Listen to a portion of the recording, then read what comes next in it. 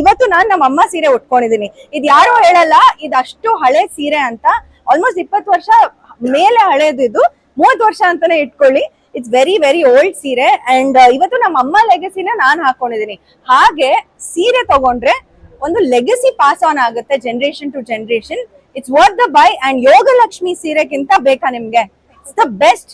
Please ಬನ್ನಿ ಎಕ್ಸ್ಪೋಗೆ, shopping ಮಾಡಿ. ಸಿಕ್ಕಾಪಟ್ಟೆ ಖುಷಿ ಆಯ್ತು. ಈ ತರ ಎಕ್ಸ್ಪೋಗಳಿಗೆ ಬರೋದು, ತಾಯಿನ ಖುಷಿ ಪಡಿಸೋದು, ಪಾರ್ಟ್ನರ್ಸ್ ನ ಖುಷಿ ಪಡಿಸೋದು, ಸ್ನೇಹಿತರನ್ನ ಖುಷಿ ಪಡಿಸೋದು, ಇದೆಲ್ಲ ಖುಷಿ ಆಗುತ್ತೆ. ಒಂದು ಸೀರೆನ ಬಿಸ್ನೆಸ್ ಅಂತ ಮಾಡೋರು ಒಂದಷ್ಟು ಜನ ಇರ್ತಾರೆ. ಬರೀ ಬಿಸ್ನೆಸ್ ಪರ್ಪಸ್ ಅಲ್ಲಿ ಸೀರೆ ಮಾರೋದು ಇದನ್ನೆಲ್ಲ ಮಾಡ್ತಾರೆ. ಬಟ್ ಪ್ಯಾಷನ್ ಇಟ್ಕೊಂಡು ಸೀರೆನ ಜನರವರೆಗೂ ತಲುಪಿಸ್ತಾ ಇರೋದು ಯೋಗಲಕ್ಷ್ಮಿ ಸಿಲ್ಕ್ಸ್ ಅವರು. ಏನಕ್ಕೆ ಅಂದ್ರೆ, ನೀವು ಒಂದಷ್ಟು ರೀಲ್ಸ್ ನೋಡಿರ್ಬೋದು. ನೀವು RR ನಗರವರೆಗೂ ಬಂದ್ರೆ ಅಲ್ಲಿಂದ ಕರ್ಕೊಂಡ್ಬರೋ ಸರ್ವಿಸಸ್ ಗಳಾಗಿರ್ಬೋದು, ನೀವು ಆರ್ಚ್ವರೆಗೂ ಬಂದ್ರೆ ಅಲ್ಲಿಂದ ಡ್ರಾಪ್ ಕ್ಯಾಬ್ ಮತ್ತೆ auto service, pickup and drop service ಆಗಿರ್ಬೋದು. ಬಟ್ ಬೇರೆ ಏರಿಯಾಲೇ ಇದ್ರೆ, ನೀವು ಬೆಂಗಳೂರು ಸೌತ್ ಅಲ್ಲೆಲ್ಲ ಬೇರೆ ಎಲ್ಲೇ ಇದ್ರು ಅಲ್ಲಿ ಒಂದು TT ಅರೇಂಜ್ ಮಾಡೋದಾಗಿರ್ಬೋದು. ಸೊ ಇದೆಲ್ಲ ಪ್ಯಾಷನ್ ಇರೋರು ಮಾತ್ರ ಮಾಡೋದಕ್ಕೆ ಸಾಧ್ಯ.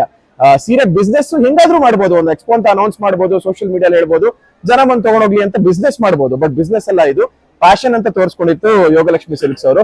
ಸೊ ಅದಕ್ಕೆ ಸಿಕ್ಕಾಪಟ್ಟೆ ಖುಷಿಯಾಗಿದ್ದು, ಪ್ಯಾಷನ್ ಇಟ್ಕೊಂಡು ಕೆಲಸ ಮಾಡ್ತಿರೋರ ಜೊತೆ ನಾವು ಕೂಡ ಕೈ ಜೋಡಿಸೋಣ ಅಂದ್ಬಿಟ್ಟು ಬಂದಿರೋದು. ತುಂಬಾ ಖುಷಿ ಇದೆ. ಒಂದಷ್ಟು ಸೀರೆಗಳನ್ನ ತಗೊಂಡೋಗೋಣ ಇವತ್ತು.